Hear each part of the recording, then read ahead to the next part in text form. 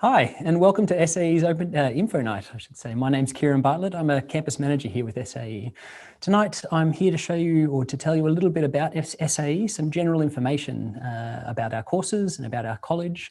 There'll be much more specific information to come up later on, but if you have any questions, there'll be some time for that too.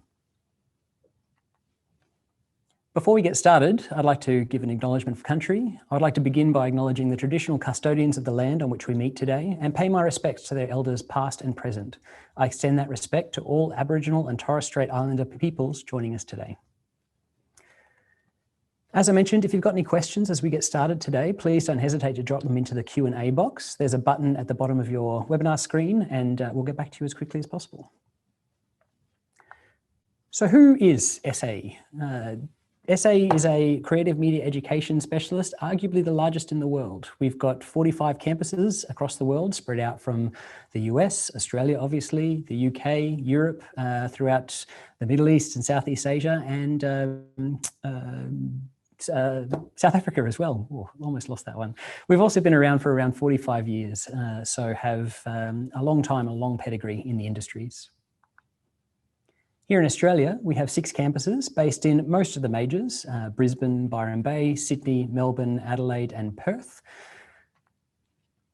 And we offer government accredited courses, certificates, associate degrees, bachelor's degrees and postgraduate degrees in animation, audio, creative industries, design, film, games and web and mobile. So one of the questions we get most often in these sort of scenarios is, why SAE? What makes SAE different to everyone else? SAE is incredibly focused on practical outcomes for students, regardless of what courses you go through. Our courses are all set in studio environments. They all work on industry-based briefs. The idea being that the environment that you work in and the kind of projects you work on throughout your course are the kind of things you're expected to do once you graduate. Ideally, this is training for your actual industry, for your actual career before you have to graduate. We focus on cross-discipline and remote practice projects. So the idea being that you don't just work with students within your major, but film and animation and audio students all work together, games and animation and graphic design students all work together, any combination you can think of. But the idea being that you work with people that aren't necessarily in your major throughout the entire course so that you have that experience before you hit the industry. Remote practice projects too are about working with students that are perhaps on a different campus, even if that campus happens to be overseas, and getting that practice on board before you have to use it in the real world. All of your projects are assessed through industry-based briefs. The projects you get are the kind of projects that you'll be working on when you get into industry, and the assessment follows that. We're looking for professional practice as well as the academic skills that are required throughout the course.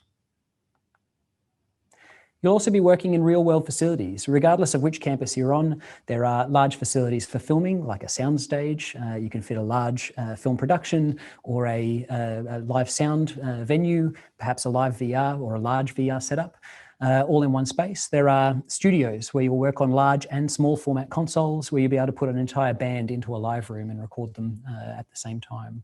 All of these facilities mirror what you'll have in the real world, whether they be computer labs, general purpose spaces, or the industry-specific spaces. Oops.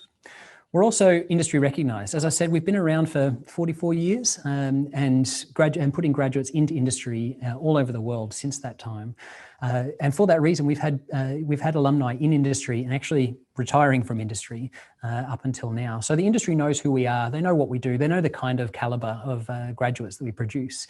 And the recognition that comes from that makes it ever so much easier for our students to get into industry once they've graduated.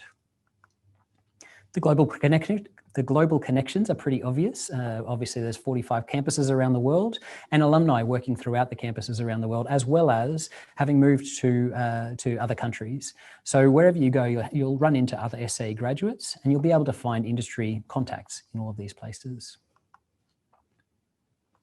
So speaking of alumni, I'm not going to talk about anyone specifically, but we have alumni throughout all of our majors all around the world working on absolutely A-list projects, whether it's Oscar, Grammys or BAFTA winning awarded projects, whether it's working with AAA celebrities or AAA titles, games, animations, TV, film, all over our industries. We have alumni who've moved out and done spectacular things. Like I said, our alumni are everywhere, and we've been out for around 50 years. So these people have made waves for themselves and obviously for the college. One of the other big questions we get in these sort of events is, what's the difference between your courses? How do I know which one to do? So I'll run quickly through the difference between our major courses. Our certificates are minimum of 1 trimester, about 3 months in length. They're very hands-on, very practically focused. You'll learn skills in specific software in the certificate courses. And the idea is that you come out with an expert knowledge of those particular pieces of software. Our diploma is the next course. It's 2 trimesters or 7 months in length. It's still a very practically focused course, but does weave in some basic academic skills. The idea here is you'll be training for a specific job. So multiple different types of software, and starting to roll in those assessments where you work with other people and bigger projects. Our associate degree is the next one up. It's around 4 trimesters. It's where we weave in the interdisciplinary projects in much more detail. So you'll be working with students from other majors over much bigger projects and much more in-depth projects.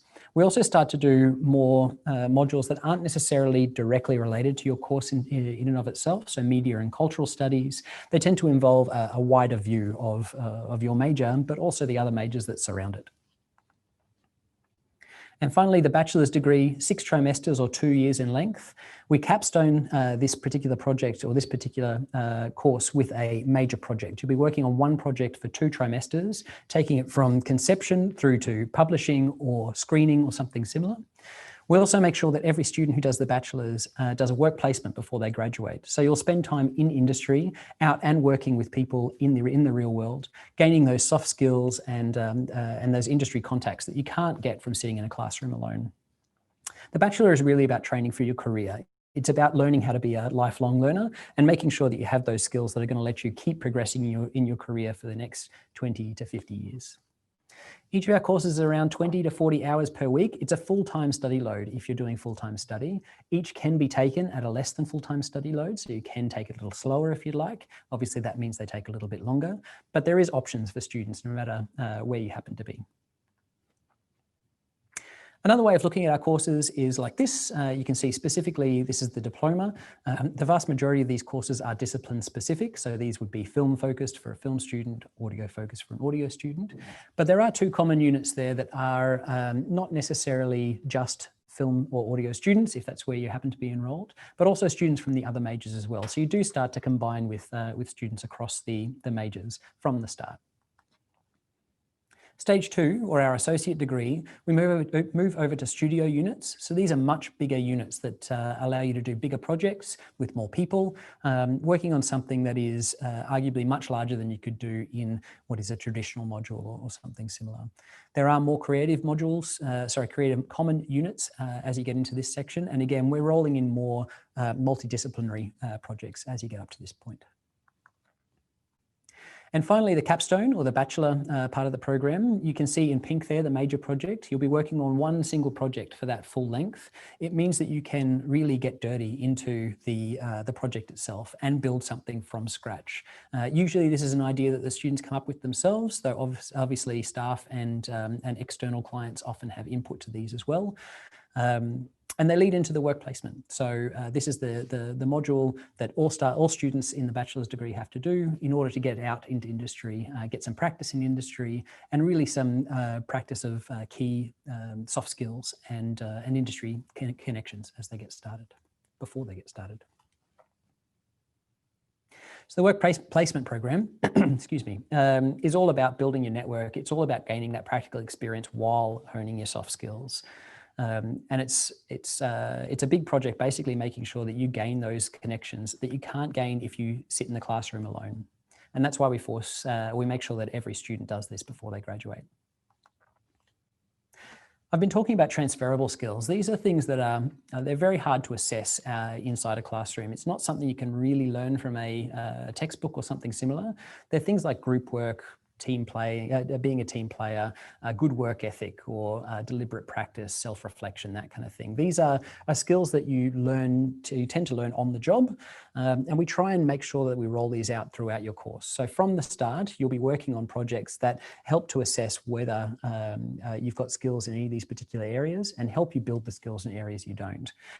These are the skills that people particularly look for when you're going out for a job. So a job interview in particular would look for these skills without necessarily putting them down as required points.